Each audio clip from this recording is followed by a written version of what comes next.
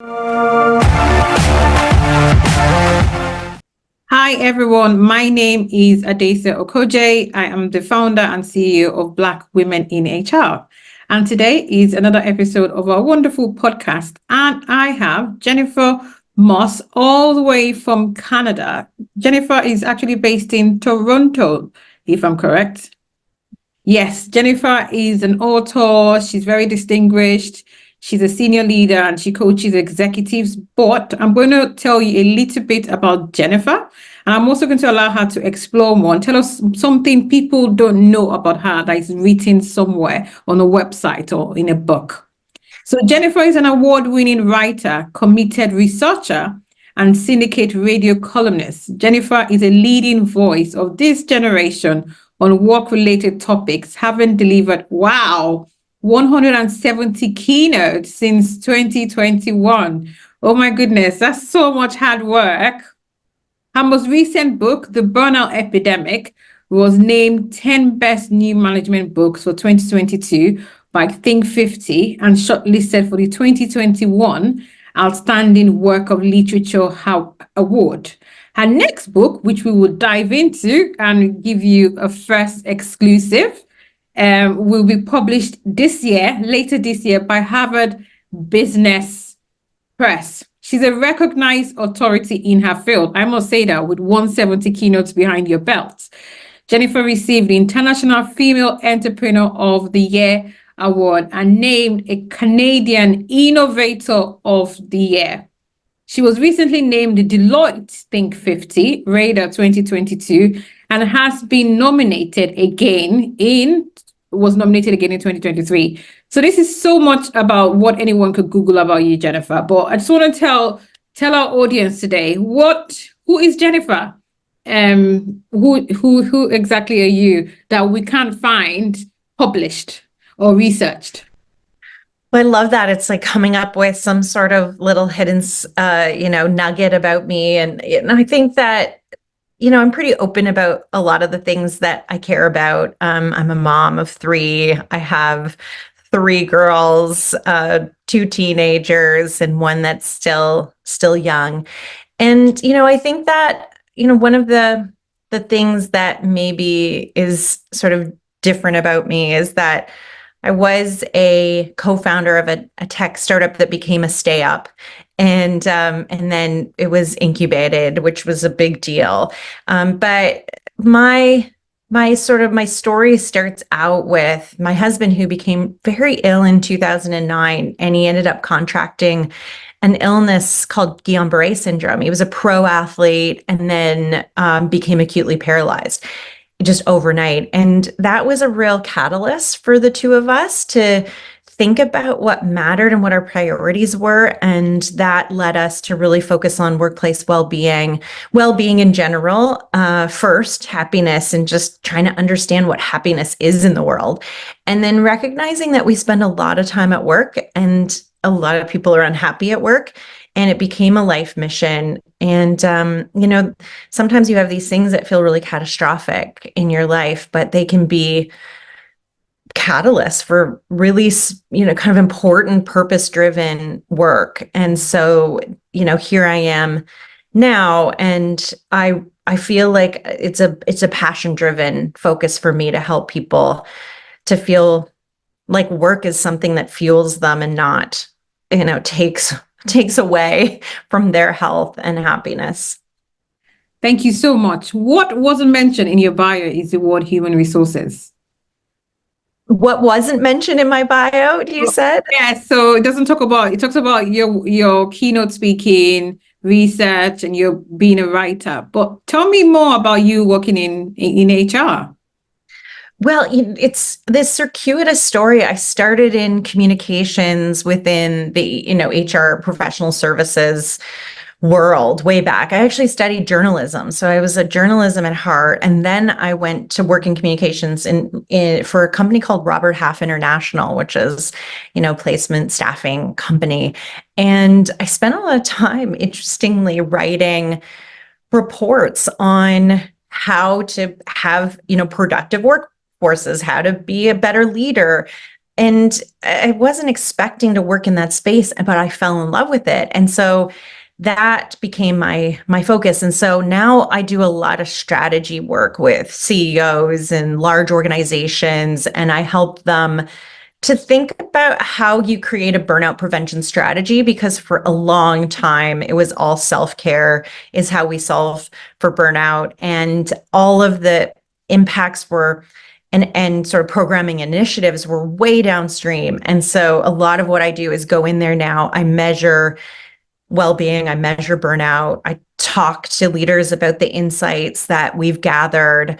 I've spent time, our company that we originally had was around insights around happiness and well-being, and we had PhDs in social, behavioral, organizational psychology, looking at the data and coming up with some answers for HR leadership, because they're the ones that really do end up executing on kind of the CEO's mission around workplace culture and well-being. So working with a lot of CHROs, chief of people, and now chief well-being officers, which is great to see, and helping them kind of diagnose the problem and then coming up with the right interventions to try to make some changes.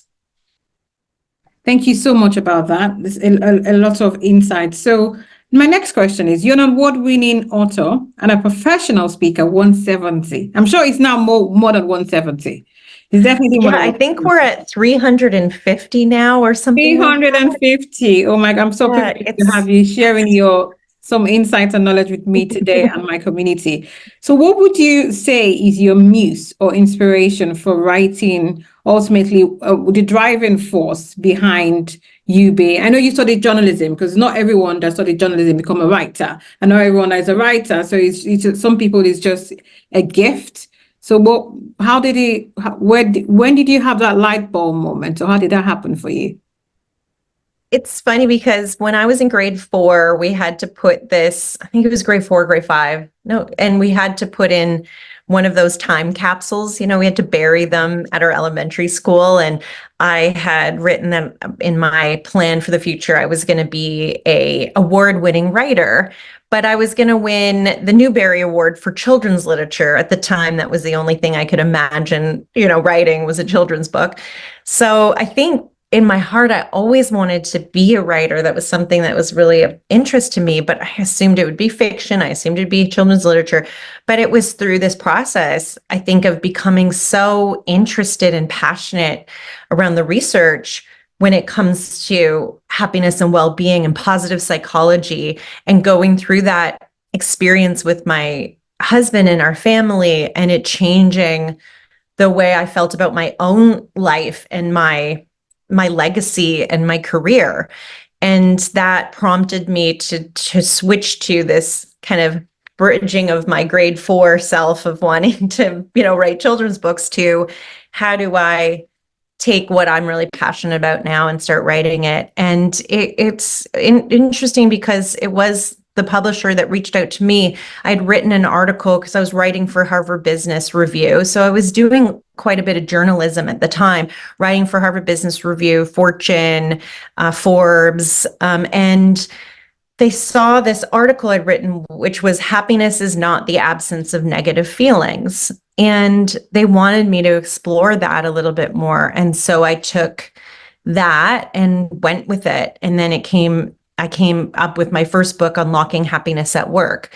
And it tried to push back on topics like toxic positivity, that, that we're supposed to just go into work and be good vibes only, and that we're always supposed to have a smile on our face. And actually, you need to have conflict resolution. You need to be able to have psychological fitness. Resilience means going through really tough times and overcoming some of those challenges, but not putting on rose-colored glasses and just assuming that, that there wasn't an impact on us.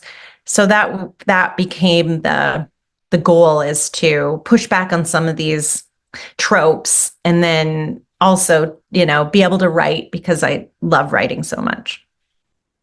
Thank you. That's so much insight. So we're going back into the research, the culture, and your book. So I want to talk about women and the gender, ageism. So it's the intersectionality of the female person. Why do you think work is not working for women anymore?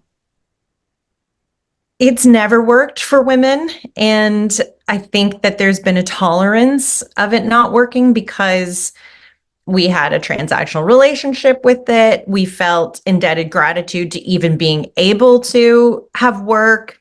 We wanted to be empowered. So we'd put up with a lot of the other aspects of work.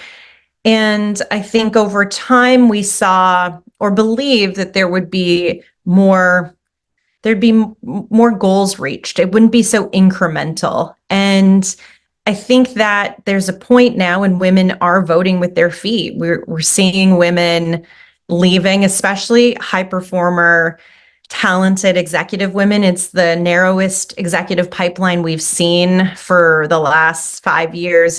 We lost in the pandemic millions of women, and we were back to 1970s female labor force participation out of the pandemic.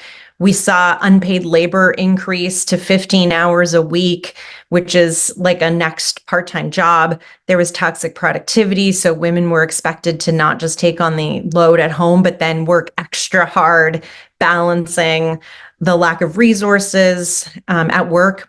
Women are more prone to burnout than men, almost 20 times more at risk of burnout than their male counterparts. So all of these things just accumulated, and then like a crisis does, it exacerbates these issues. When now you see women just say, my priorities have changed, and I'm not going to continue to accept that this is that we're going to only see 10% of women in CEO roles, that we're going to see, 1 in 16 Black female executives as an okay standard. We're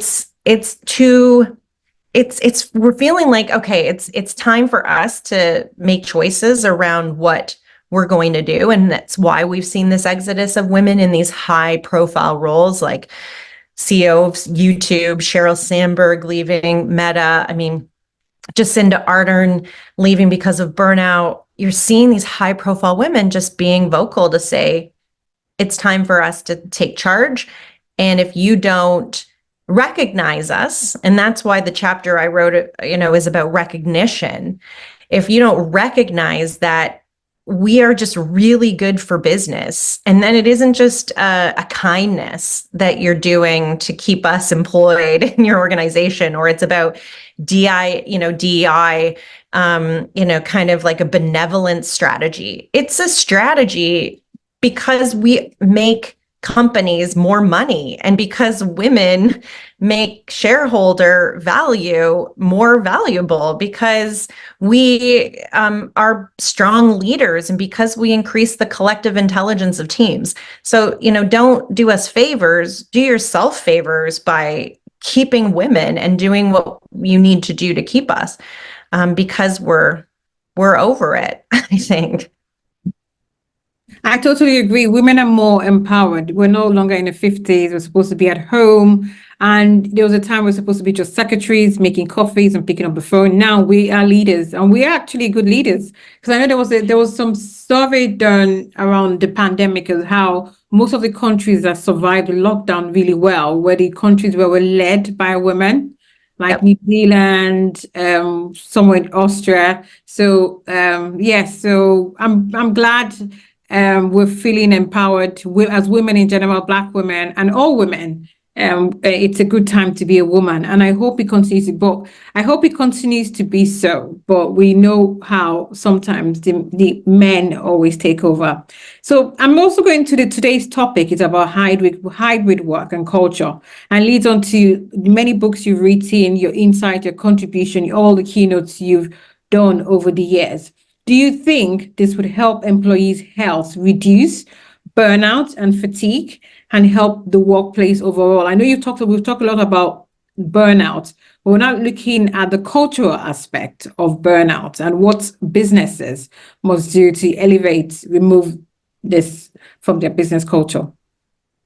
it's a really good question. And hybrid, well, a flexibility, I think, is really the key here, is that it's because there are some non-remote enabled people, but how do we make it so there's flexibility? And hybrid for those remote enabled is an excellent flexibility strategy, which is very important to women in particular. And what we found is that the best hybrid strategies are the ones that have certain factors that make them successful. One of them is that it's not a return to office mandate, that we don't mandate people back to work. The most recent data, which has been really interesting, out of University of Michigan, and Nick Bloom from Stanford, he writes a lot about remote work, but they did a pretty big, study.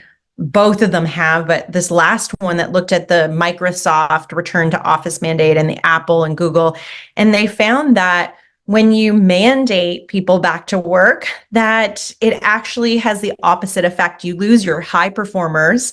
You actually don't find that it improves cohesion. You find that productivity is actually less. There's around 273 discrete minutes that a person working remotely gets versus 221 in the office. So you have to look at the office again. So you don't want to force people, because that isn't helpful.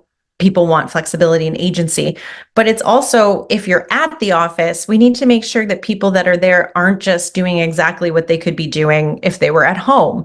And so the frustration has been, you're mandating me to come back, but I'm coming back and I'm on Zoom all day, not collaborating with people, not seeing people, not eating lunch with people. So this idea of forced cohesion or forced collaboration isn't actually happening.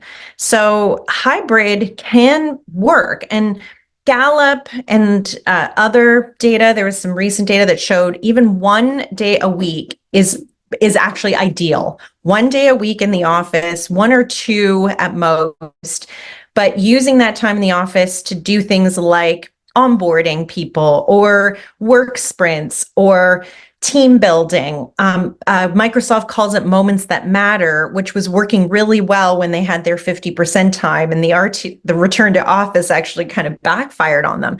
But they looked at that as, when we're in the office, we're doing things together. When we're out of the office, we're doing things that you require kind of heads down time. So you kind of have to have this pull strategy.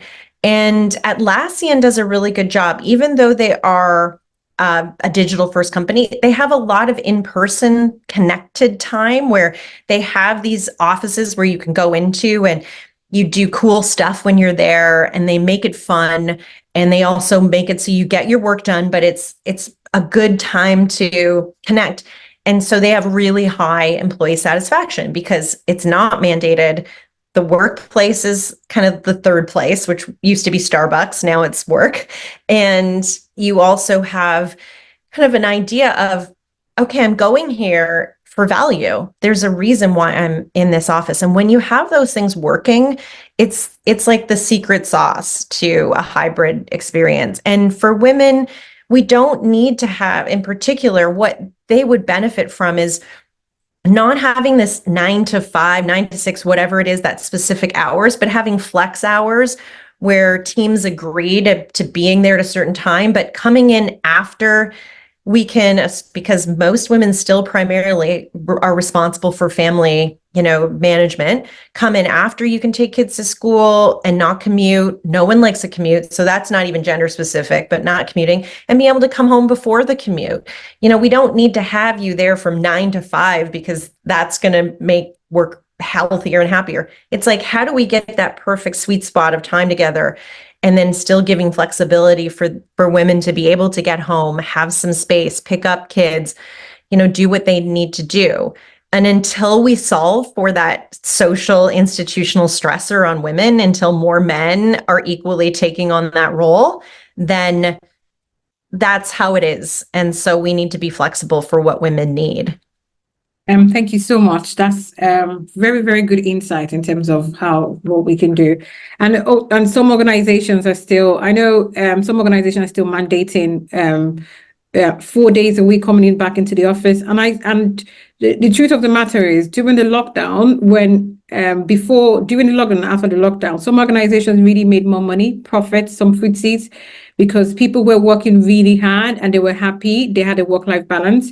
And also a lot of people have changed their lives and moved different locations. So I personally feel organizations are looking to mandate that. They're just moving backwards. But it also tells you about the generation that is the boomers, the leaders of that business. Their way of thinking is different. So this is going to lead me into generational management, to AI, which is the future of work. So what impact do you think the AI would have in the future, especially with leaders? What should leaders be thinking about in terms of AI? I love that you asked that. And I think, to go back to your point just briefly, 93% of Fortune 1000 CEOs are white males that are in their later 50s. And there's a huge gap between what the workforce wants right now and what was the experience of those that are leading. And so we need to find more cohesion or connection on somewhere in the middle. We've seen this rise in youngism where we think that young people that want work-life balance and well-being, it's somehow antithetical to work ethic.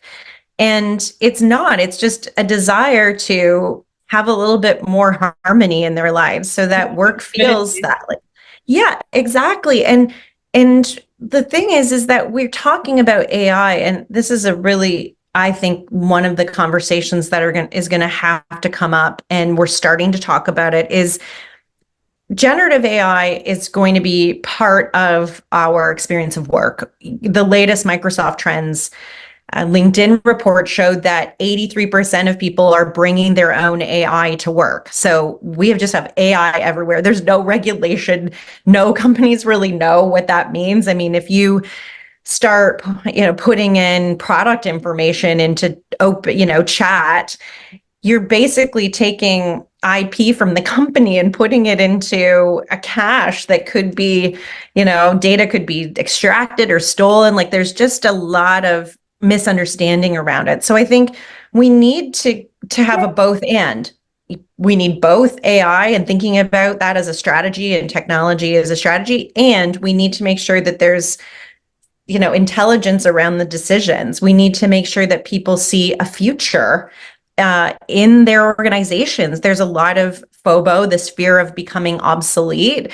It's increased, it's doubled. Actually, when you look at, again, that Microsoft report, the joint LinkedIn Microsoft report, they looked at all of these factors around the value of AI and how important it is to be competitive. But they also wrote that 1 in 2 employees across, tens of thousands of people that they asked, 1 in 2 have AI anxiety. And we're actually seeing that number of people planning to quit. Remember that big 41% of the global workforce is planning to quit that they came up with in the Great Resignation? That's gone up 5% since their last report. So we are still seeing this mix of people feeling like they don't fit. And this big piece of the puzzle that I mentioned we were going to start talking about is the more that we have generative AI giving us our time back, what does that mean for how we measure productivity? If we're just measuring it that it's hours worked or out, we look at output or time is really how we measure essentially, our GDP. If we get time back, are we just going to give people more work, or are we going to actually give them that time back to have more work-life balance? And because we haven't come up with any strategy around this big benefit of AI is supposed to save us time, right? To do the jobs we don't want to do and to take away all that administrative hours. But if we're just going to pile more work on, then it's not actually going to solve for things like burnout and stress. And that's the thing that no one is really solved for. We've just brought it in looking to save time, but we're not measuring productivity any differently. So we're still stuck in that same expectation. Thank you so much insight, and so much insight for just me as well. And you'd be pleased to know we've come to the end of our podcast. That was so quick. I know. I did say it was going to take you 30 minutes, but I know you have a new book coming out later on in the year. And I do know you are coming. We are based in, I'm based in London and we're based in the UK, and you'll be doing a tour. So can you tell our viewers how they can find you, where they can buy your previous books? And we will put a link when we post it on YouTube and share it on our social media and your social media handle. And just tell our audience, how can we find Jennifer Moss? You can find my book anywhere. You can request it from the library. You can go to Amazon. You can find it anywhere that books are sold. Okay. And both of the books, and they're in audio format too. So you Okay. can get, it through No, Audible. Spotify as well, or any of the Um, other Spotify. I think it's on Audible, but I don't know if it's on Okay. Spotify. I'll have a Maybe. look. Yeah, you can order it from Target or Walmart, wherever books are sold. So you can get it that way. And then if people want to just look at some of the stuff I've written and the articles and, and anything about me, it's just jennifer-moss.com. You are on Spotify. Are Oh, you? good. That's Yeah, good. I I just didn't even know. So thank you so much. It's been a pleasure for you freeing up your time. I know it's early on in the day for you and it's late in the evening for me, but it's really been a pleasure to have you. And I'm hoping to meet you in person in 2025. And everyone who you're watching, keep connected. Sign up to our YouTube channel at the bottom of the link. And thank you so much, Jennifer. Thank you so much for having me. I can't wait to meet you in person, and we can celebrate the book together. Absolutely, with a glass of wine or cocktail. Yes. Yes, I love that. Makes it even better.